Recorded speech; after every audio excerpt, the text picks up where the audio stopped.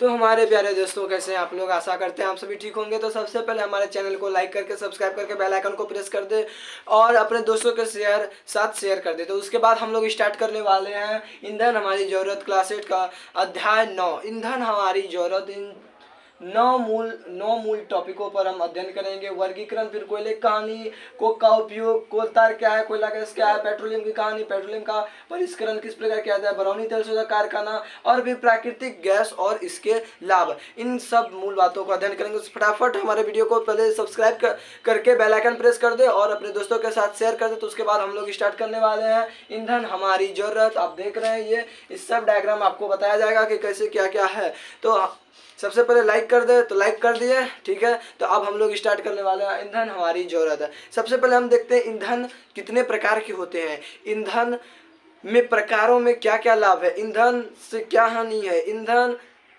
से किस प्रकार हमारे उपयोग है, ईंधन हमारी जरूरत है किस प्रकार है, ईंधन हमारे जरूरत जो है यह किस प्रकार ईंधन हमारी जरूरत है, इस सब को बातों को हम जानेंगे। तो सबसे पहले हम ईंधन बात करते हैं। ईंधन हमारी जरूरत है, ईंधन जो है हमारी जरूरत है। आखिर में कैसे, कभी सोचे हैं? खाना बनाने में ईंधन की जरूरत है, कपड़ा सुखाने में सूर्य की रोशनी यानी ईंधन की जरूरत है, फिर कोई भी चीज़ अगर जलता है तो उसमें भी ईंधन की जरूरत है, घूर तापने में ईंधन की जरूरत है, ट्रांसपोर्ट में ईंधन की जरूरत है, बल्ब जलने में ईंधन की जरूरत, यानी हमारे पूरे जीवन में ईंधन की एक बहुत ही महत्वपूर्ण भूमिका है। तो सबसे पहले हमें ईंधन को जान लिया, ईंधन का उपयोग क्या क्या है। अब आते हैं ईंधन का वर्गीकरण। ईंधन का वर्गीकरण कितने वर्गों में किया गया है? ईंधन को ठोस, द्रव, गैस 3 वर्गों में बांटा गया है। तो चलिए हम आ जाते हैं अपने ब्लैक बोर्ड पर। ईंधन को ठोस में, द्रव में एवं गैस में बांटा गया है। अब ठोस में जो बांटा गया है कौन कौन से आ जाएंगे? आपका हो जाएगा जैसे कोयला, कोयला ठोस है कि ना, इसी को कोक भी कहते हैं, यहीं पर गर्म होगा कोयला भी, कोयला। और क्या आ जाएगा? लकड़ी, ये हमारे ईंधन है। द्रव में तो पेट्रोलियम, गैस में सीएनजी, पेट्रोलियम, द्रव में पेट्रोलियम, और गैस में आपका आ गया सीएनजी यानी कि कंप्रेस्ड नेचुरल गैस यानी कि प्राकृतिक गैस, ठीक है। तो यह है ईंधन। ईंधन को 3 वर्गों में बांटा गया, ठोस, द्रव, गैस। ठोस हो गया आपका लकड़ी, और मेरे साथ दोहराइए, ईंधन को 3 वर्गों में बांटा गया, ठोस, द्रव, गैस। ठोस में आ जाता है लकड़ी और कोयला, गैस में आ जाता है प्राकृतिक गैस यानी कि सीएनजी, कंप्रेस्ड नेचुरल गैस, द्रव में आ जाता है कौन? आपका पेट्रोलियम।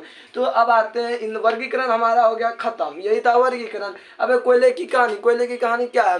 कहा जाता है प्राचीन समय की बात है, ठीक है, प्राचीन समय की बात है। धीरे धीरे भूकंप किसी तरह आए होंगे, धरती फटी होगी, और क्या कहता है, मानव, डायनासोर या फिर पेड़ पौधे सब जमीन के अंदर होंगे, ठीक है। ये धरती फट गई, धरती फटी, ये सब आदमी चले गया नीचे। यहाँ पर फिर धीरे धीरे मिट्टी की परत जमी, धरती जुट गई। यहाँ पर ये सब आदमी या फिर पेड़ पौधे सब इतना टाइम में जमा हो गया। तो कहा जाता है नीचे से पड़ता ताप, ठीक है, नीचे से पड़ता ताप, ऊपर से पड़ता दाब और ताप।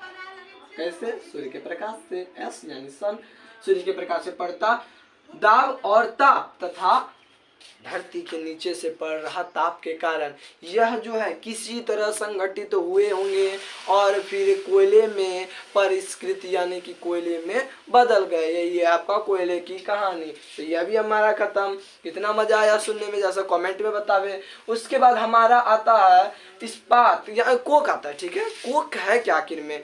यानी कि जब हम चलिए आ जाते हैं इस डायग्राम पे। ये हो गया आपका डायग्राम, इस पर हम आते हैं।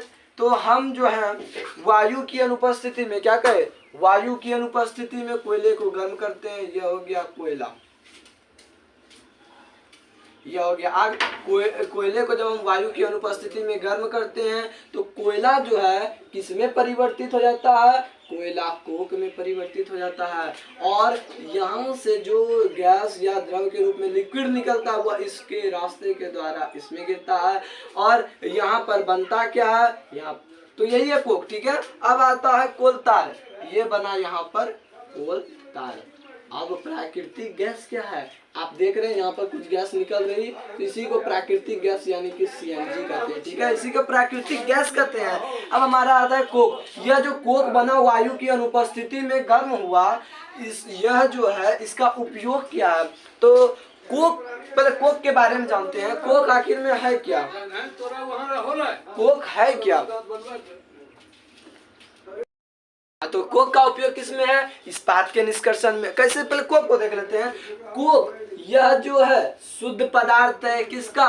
कोयले का शुद्ध कार्बनिक पदार्थ। लिखिए, शुद्ध कार्बनिक पदार्थ कौन सी है? कोक, शुद्ध कार्बनिक पदार्थ। ये क्या है? कोक। कोक का रंग कैसा होता है? काला होता है। इसका उपयोग क्या है? तो इसका उपयोग यही है, इसका उपयोग इस्पात के निष्कर्षण में, यानी कि जब इस्पात क्या कहता है, जमीन के अंदर से खनिज संपदा के रूप में निकलती है, तो इसमें कई प्रकार के पदार्थ लगे हुए रहते हैं, इनके निष्कर्षण में इस्पात शुद्ध हो, इसके लिए कोक का उपयोग किया जाता है। ठीक है, अब आता है कोलतार की बात। कोक को वायु की अनुपस्थिति में गर्म करने पर एक दूसरे परख नली में क्या बनता है? कोलतार बनता है, जो कि द्रव के रूप में रहता है। यह कोलतार जो है यह लगभग 200 पदार्थों का मिश्रण है। इतना यह पावरफुल होता है, मत पूछिए। कोलतार जो है यह पहले उपयोग किया जाता था इसका रोड बनाने में, लिख दीजिए, रोड के बनाने में इसका उपयोग किया जाता है। लेकिन अब नए प्रकार के पदार्थ का उपयोग किया जाता है, जिसको कि हम बिटुमेन कहते हैं। ठीक है, बिटुमेन का उपयोग रोड के बनाने में किया जाता है। अभी वर्तमान समय में इसी का अधिकतर प्रचलन है। तो एनएमएस की परीक्षा में आता भी है कि बिटुमेन का उपयोग क्या है, तो बिटुमेन के उपयोग को बता दें। तो बिटुमेन का उपयोग जो है रोड बनाने में बिटुमेन का उपयोग होता है। ठीक है, ऐसे कोलतार का उपयोग पहले होता था, लेकिन नए रूप में बिटुमेन का प्रयोग किया जाता है, किसमें? रोड बनाने में। अब आता है सीएनजी का उपयोग, जो कि प्राकृतिक गैस यहाँ मुक्त हुआ, इसका क्या उपयोग है? तो सीएनजी ईंधन से क्या निकलती है? Carbon dioxide. कार्बन डाइऑक्साइड क्या करते हैं? पृथ्वी को ग्लोबल वार्मिंग की समस्या बढ़ाती है। ग्लोबल वार्मिंग की समस्या कैसे बढ़ाती है? तो यह जो ऊपर में ओजोन परत है, ओजोन परत में छिद्र कर देता है, जिसके कारण परावैंगनी किरण आती है, यहाँ कैंसर होता है, फिर कई प्रकार के प्रदूषित होता है वातावरण। इसीलिए सीएनजी का उपयोग आजकल धीरे धीरे प्रचलित हो रहा है। पहले पेट्रोलियम का उपयोग किया जाता है, जिससे कि अधिक ज़्यादा मात्रा में क्या कहता हमारा वायु प्रदूषित होता था। लेकिन अब कोयला को गर्म कर कोलतार भी निकाला जाता है, कोक भी बनाया जाता है, सीएनजी भी अब निकाला जा रहा है, जिससे प्राकृतिक गैस जो कहते हैं कंप्रेस्ड नेचुरल गैस, लिख लीजिए। यही इसी का उपयोग अब प्रारंभ कर दिया गया है। क्यों? ताकि यह जो है प्रदूषण कम फैलाता है। यह क्या करता है? प्रदूषण कम फैलाता है।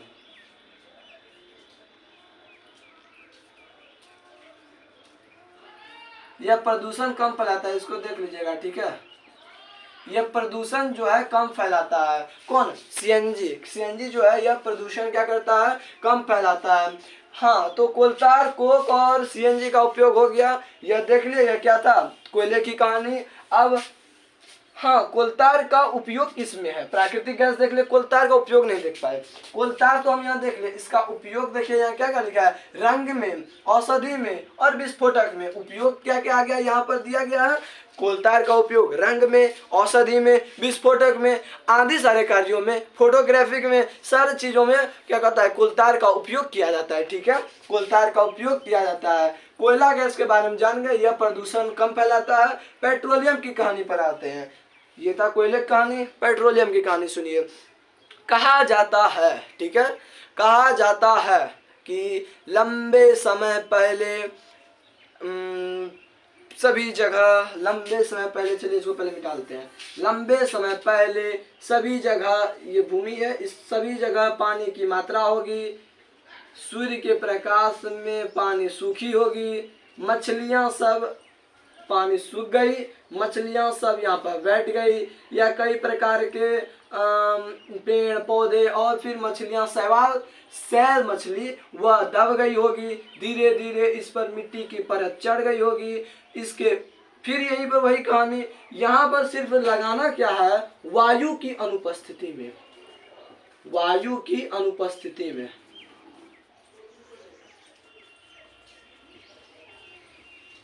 वायु की अनुपस्थिति में क्या हुआ होगा? सूर्य आ गया भगवान जी।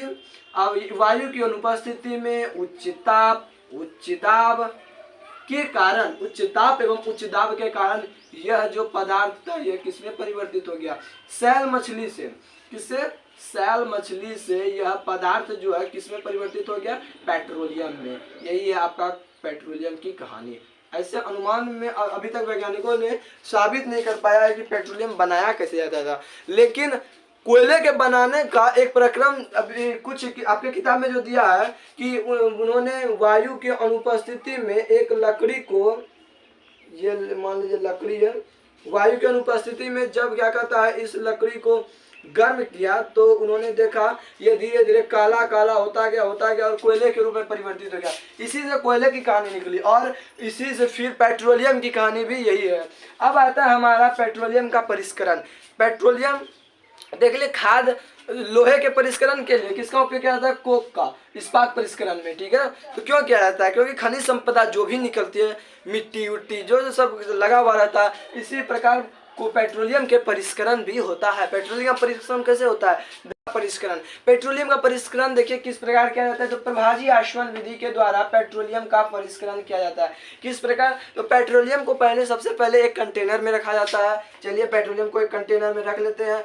इसको एक निश्चित में एक खटाल बनाया जिसमें कि एक निश्चित ताप दिया जाता है, 40 degree Celsius, 110 degree Celsius, 180 degree Celsius, 260 degree Celsius और 340 डिग्री सेल्सियस पर आग के लौ के साथ नहीं बल्कि एक ताप के साथ इसको गर्म किया जाता है या तृप्त किया जाता है, जिसमें कि 40 डिग्री सेल्सियस पर जो होता है कम, इसका अलग होता है। 110 डिग्री सेल्सियस पर जो गर्म होता है उसे जीप में उपयोग किया जाता है। 180 डिग्री पर जिसमें होता है तो पैराफिन मोम बनता है। 260 डिग्री सेल्सियस तक किरासन तेल बनता है। उसके बाद नीचे जो आपका आ जाता है इसे 260 डिग्री सेल्सियस में किरासन तेल बनता है, इसी से फिर आपका जेटयान चलता है। और आपका जो 340 डिग्री सेल्सियस पर गर्म होता है, इससे रोड के बनने के लिए ये कोलतार जैसा एक नया पदार्थ जो कि बिटुमेन है यही बनता है, ठीक है। यहाँ पर 340 डिग्री सेल्सियस पर गर्म होने पर अब आता है बरौनी का तेल शोधक कारखाना। बरौनी का तेल शोधक कारखाना, वहाँ पर होता क्या है, तो बरौनी में तेल निकलता नहीं है बल्कि तेल का शोधन यानी कि परिष्करण होता है इसी विधि के द्वारा। यही है आपका बरौनी तेल शोधक कारखाना, जो कि रूस की सहायता से स्थापित किया गया। और प्राकृतिक गैस और इसके लाभ, प्राकृतिक गैस ये देख रहे हैं सीएनजी, प्राकृतिक गैस जो होता है ये प्रदूषण क्या करता है, कम करता है। प्राकृतिक गैस जो है ये प्रदूषण, ये गलती शायद लिखा गया है, प्रदूषण कम करता है, ठीक है। कौन, प्राकृतिक गैस। प्राकृतिक गैस का ही धीरे धीरे उपयोग किया जा रहा है। पटना में आपका क्या कहता है, कई जो क्या कहता है बस सब हुए हैं आजकल, सीएनजी का ही उपयोग इनमें किया जाता है। कंप्रेस्ड नेचुरल गैस, इन्हें संपीड़ित कर गैस के रूप में बनाया जाता है, ये प्रदूषण को कम करता है। तो आज का वीडियो ये कैसा लगा, ये सारे वीडियो में आपको कैसा अच्छा लगा, कैसा फील हुआ, तो हमारे कमेंट में लिखिए। और ऐसे ही वीडियो पाने के लिए हमारे चैनल को सब्सक्राइब कर दे, लाइक कर दे और बेल आइकन को जरूर प्रेस कर दे। आज के लिए इतना ही रहने दे, तो थैंक यू। अगले वीडियो के लिए हमारे चैनल को सब्सक्राइब जरूर कर दें और शेयर तो कर ही दे। Thank you.